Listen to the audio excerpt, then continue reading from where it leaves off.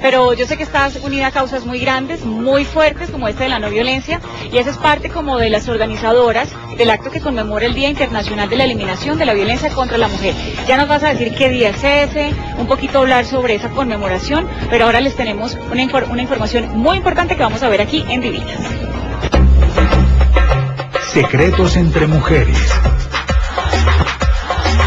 Malala Yousafzai nació el 12 de julio de 1997 en Pakistán y con tan solo 14 años es una estudiante, activista y bloguera pakistaní que con valentía se ha enfrentado a los talibanes.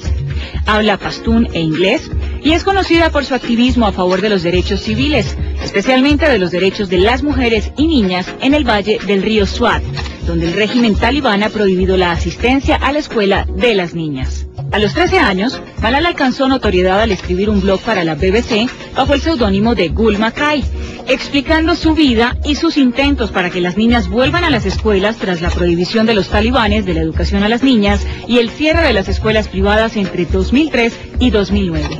En el 2009, el documental Pérdida de Clases, la muerte de la educación de la mujer, permitió ver a Malala y a su padre Ziauddin Yousafzai en la lucha por la educación de las mujeres. Lamentablemente, en ese momento era difícil o imposible en esas áreas. El 9 de octubre de 2012, en Mingora, fue agredida por un miliciano talibán que le disparó con un fusil impactándole en el cráneo, por lo cual debió ser intervenida quirúrgicamente. Dos estudiantes fueron también heridas junto a Malala mientras se dirigían a su casa en un autobús escolar. Ella fue trasladada en helicóptero a un hospital militar. En los alrededores del colegio donde estudian las jóvenes agredidas, cientos de personas salieron a la calle a protestar por el hecho y los medios pakistaníes le han dado amplia cobertura. El atentado ha suscitado la condena internacional y Malala Yousafzai recibió el apoyo de importantes personalidades, entre ellas Barack Obama, Hillary Clinton, Madonna y muchas más. El 15 de octubre de 2012 fue trasladada a un hospital del Reino Unido para seguir con su recuperación.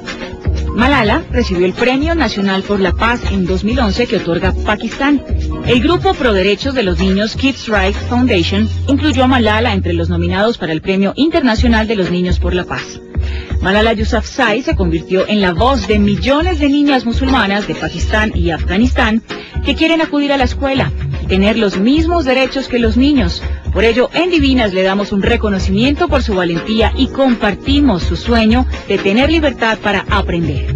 Desde Divinas nos unimos a la lucha de todas las mujeres que defienden sus derechos. Por eso Malala es una divina de admirar. Secretos entre mujeres. Esta joven pakistaní Malala es todo un ejemplo para todas las mujeres alrededor del mundo, pero además que bueno presentárselas en este especial que queremos hacer en Divina sobre la no violencia contra la mujer. Vamos a empezar a hablar de nuestro tema del día ya así de lleno. ¿Ustedes cómo ven el panorama en este momento? ¿Las mujeres somos solidarias entre nosotras con este tema de la no violencia o nos hacemos las locas, Alejandra? ¿De qué dice? Yo creo que hace falta más solidaridad, existe todavía y conocimiento, ¿no? Hay muchos miedos.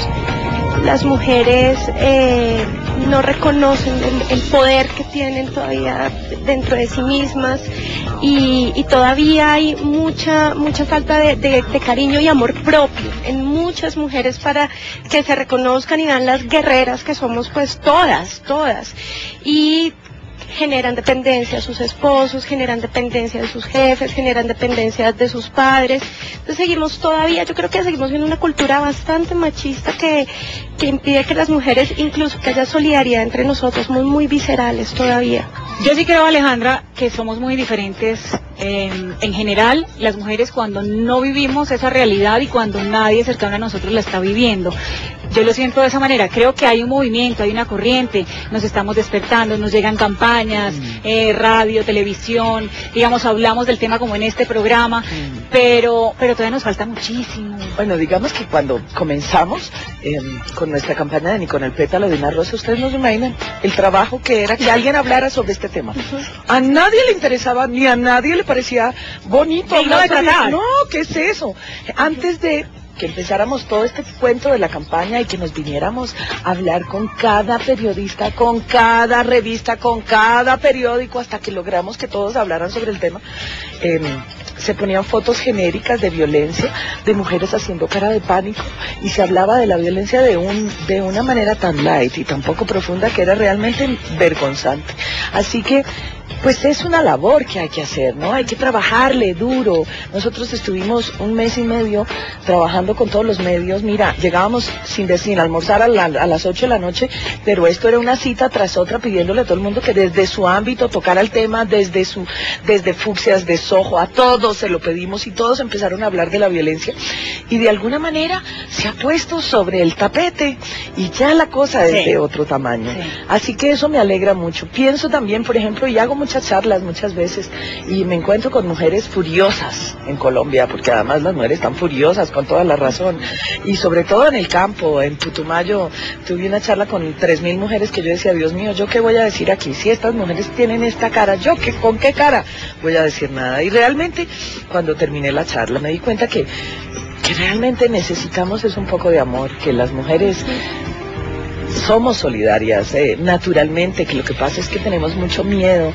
pero en un momento cuando abrimos los temas y ponemos sobre la mesa esto que nos está pasando a todas las mujeres, porque no es a las mujeres que no tienen recursos, a todas las mujeres, yo creo que, y siempre me preguntan a mí, ¿por qué ha hecho esta campaña? Porque soy mujer, porque soy colombiana, porque también he sufrido de violencias, porque tengo que usar de alguna manera esta fama y esta posibilidad de convocar a la gente para hablar de un tema que necesitamos mejorar en Colombia.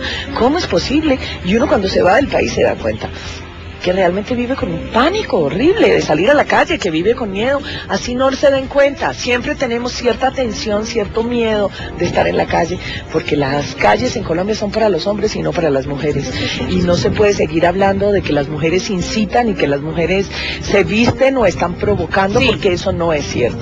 Yo te iba a hacer esa pregunta, precisamente, ¿por qué empezaste? O sea, ¿qué se movió en la fibra de Alejandra para ser parte de campañas como esta y no como otras, teniendo una vida de pronto exitosa, profesionalmente, muy ocupada, sí, con tu casa ensamble, con tantos sueños, tanto trabajo, y decir, sí, yo me voy a poner las botas por esta causa? Pues realmente me fui de mi país criticándolo, sintiéndome tan mal, sintiendo que mi país era tan tristemente violento, y me fui 4 años y viviendo por fuera sentí que yo qué estaba haciendo por fuera, que yo necesitaba estar aquí y que yo realmente necesitaba hacer algo por mi país y que no podía seguir hablando y diciendo lo mal que estamos y que hay que hacer algo, un granito, lo que sea, póngalo, vaya poniendo y vamos haciendo y seguramente va y cada vez va a ir creciendo más esto de la no violencia contra las mujeres, porque yo creo que a todas nos compete. Cada vez que yo hablo del tema, todas las mujeres que están en el sitio donde yo estoy se sonríen y hacen cara de que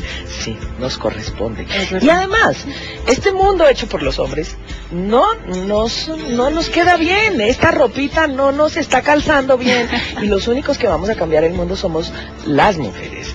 Y por eso el consejo, me parece muy triste que hayan solamente 9 mujeres, debería ser la mitad y la mitad, porque esa es la única manera en que seríamos realmente equilibrados, porque no hay derecho que sigamos teniendo leyes donde a las mujeres no se les permite manejar su cuerpo, donde las mujeres son vendidas y todavía se cree que son parte y existen para satisfacer a los hombres.